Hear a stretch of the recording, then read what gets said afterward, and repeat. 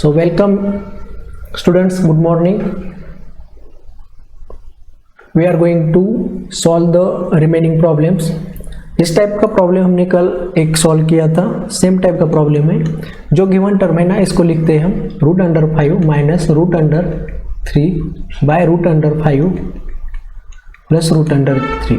इस टाइप के प्रॉब्लम जो होते हैं ना, इसके न्यूमरेटर और डिनोमिनेटर को, इसके डिनोमिनेटर का जो कॉन्जुगेट होता है ना, उससे हमें मल्टीप्लाई करना पड़ता है। तो इसका कॉन्जुगेट क्या होगा? √5 माइनस √3 होगा। कॉन्जुगेट क्या होता है कि इनका जो बीच में का साइन होता है उसको सिर्फ हमें चेंज करना पड़ता है। जो दो टर्म होते हैं ना और उसके बीच में जो साइन होता है उसको सिर्फ हमें चेंज करना पड़ता है।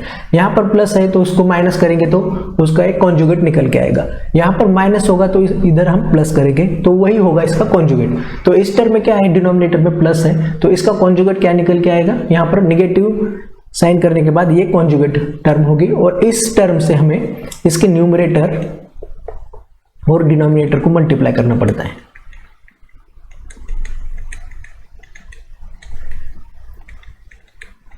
देखो यहां पर, चलो इसका एक्सपेंशन क्या होगा? √5 माइनस √3 होल का स्क्वायर होगा ये, और ये यहां पर √5 का स्क्वायर माइनस √3 का स्क्वायर होगा। अब देखो यहाँ पर न्यूमरेटर की टर्म 5 प्लस 3 माइनस 2 √5 इंटू 3 ये होगा, और डिनोमिनेटर में 5 माइनस 3 ये होगा।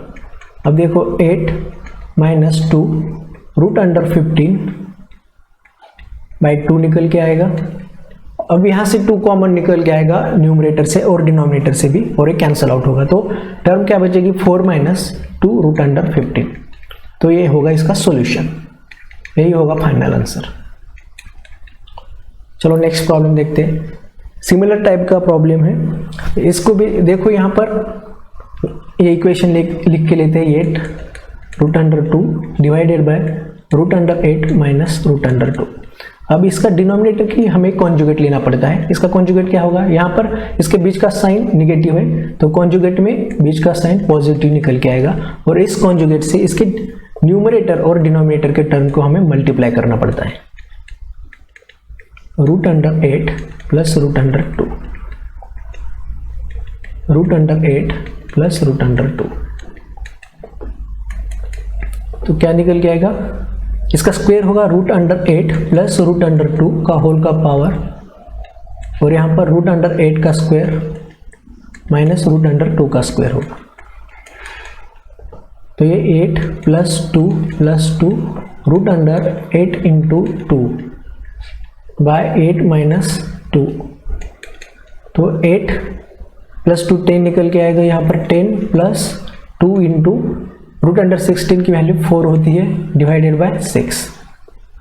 तो देखो 10 प्लस 8 डिवाइडेड बाय 6 यानी 18/6, इसकी वैल्यू आएगी 3। सो इसका फाइनल आंसर 3 होगा। चलो नेक्स्ट प्रॉब्लम की तरफ। प्रॉब्लम में क्या पूछा है? Which is greater. तो दो टर्म्स दिए हैं। पहली टर्म्स कौन सी है? 4√4। तो इसको हम 4 का पावर 1/4 के फॉर्म में लिख सकते हैं, और इसको 5√5 को 5 का पावर 1/5 के फॉर्म में लिख सकते हैं।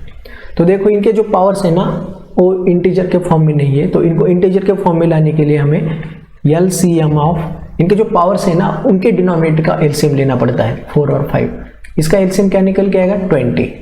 तो इस LCM से ना हम इनके पावर्स को मल्टीप्लाई करेंगे ताकि इनके जो पावर्स है वो इंटीजर के फॉर्म में निकल के आए। तो देखो यहाँ पर 1/4 इसका पावर इंटू LCM जो है ना 20 से मल्टीप्लाई करते हैं, तो 4 का पावर होगा 5, और इसकी वैल्यू क्या निकल के आएगी? 256 इंटू 4 का पावर 4 256 होता है इंटू 4, तो ये होगी 1024। ये 2 है, और देखो यहाँ पर 5 का पावर 5 है 1/5, तो इसको इसके LCM से मल्टीप्लाई करेंगे तो ये 5 का पावर 4 निकल के आएगा, और इसकी वैल्यू होगी 625। अब देखो इस टर्म से और इन टर्म में क्लियरली हमें पता चल रहा है कि 4 रूट अंडर 4 ये ग्रेटर है देन 5 रूट अंडर 5। तो 4 root under 4 is greater than 5 root under 5। समझ में आ रहा है ना आपको? चलो नेक्स्ट प्रॉब्लम की तरफ। यहां पर what is given in the problem and what are they asking, find the value of x। हमें यहां पर x की वैल्यू फाइंड आउट करनी है और जो गिवन डेटा है क्या है, a by B raise to 3x minus 5 is equal to b by A raise to x plus 3। यहां पर क्या हुआ है, a बाई बी का इन्वर्स दिया है यहां पर, और हमें पता है कि अगर किसी भी टर्म का इन्वर्स दिया है, इसको अगर इन्वर्स करना है तो हमें अगर b बाई ए करना है इसको, तो इसका जो पावर है ना वो -1 करना होता है। समझ में आ रहा है ना आपको? तो देखो यहाँ पर गिवन क्या है, a by B raise to 3x minus 5, लेकिन यहाँ पर a बाई बी नहीं है, यहाँ पर है b by B, b by A. तो इसको a बाई बी के फॉर्म में लाने के लिए, यानी इसको इन्वर्स करने के लिए इसके पावर्स को हमें -1 से मल्टीप्लाई करना होगा, x प्लस 3। समझ में आ रहा है ना? क्योंकि अगर किसी भी टर्म्स का हम इन्वर्स लेते हैं तो उसके पावर्स को हम -1 से मल्टीप्लाई करते हैं। देखो यहाँ पर अब बेसिस सेम है और इक्वेशन भी सेम है, यानी उनके पावर्स भी सेम हो गए। 3x minus 5 is equal to -x plus 3। 3x minus 5 is equal to -x minus 3। यहाँ पर 4x इज इक्वल टू 8, यानी x की वैल्यू आएगी 2। चलो नेक्स्ट प्रॉब्लम की तरफ। यहाँ पर हमें एक इक्वेशन दिया है और सिंपली बोला है कि सॉल्व। तो गिवन इक्वेशन क्या है,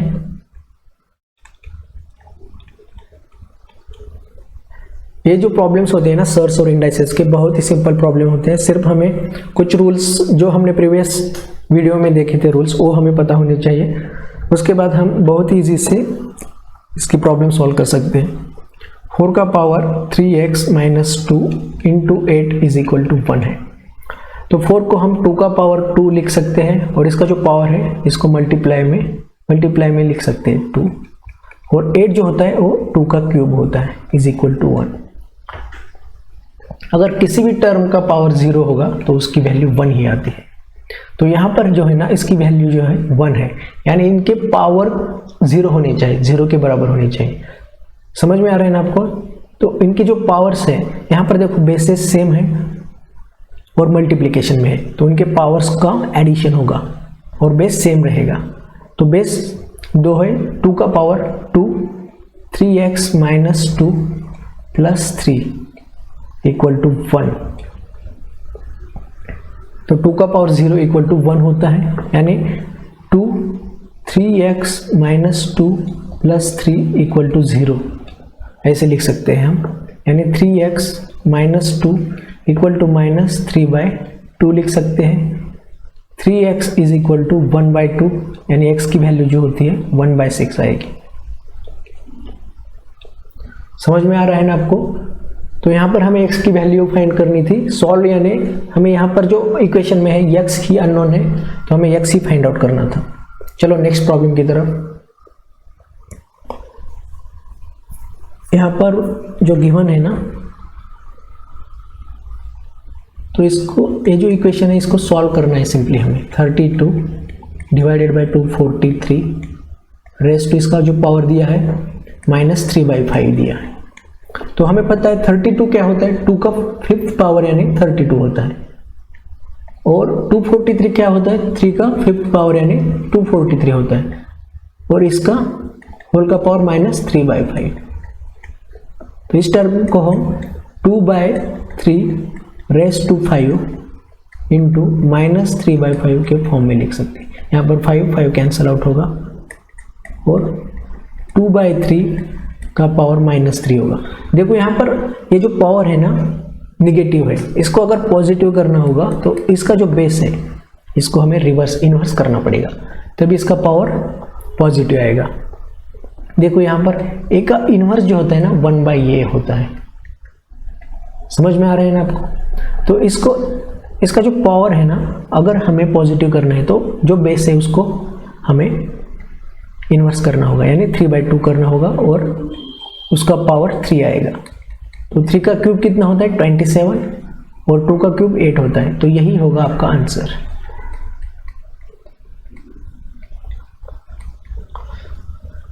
तो आज का सेशन यही ख़त्म करते हैं हम। Thank you very much.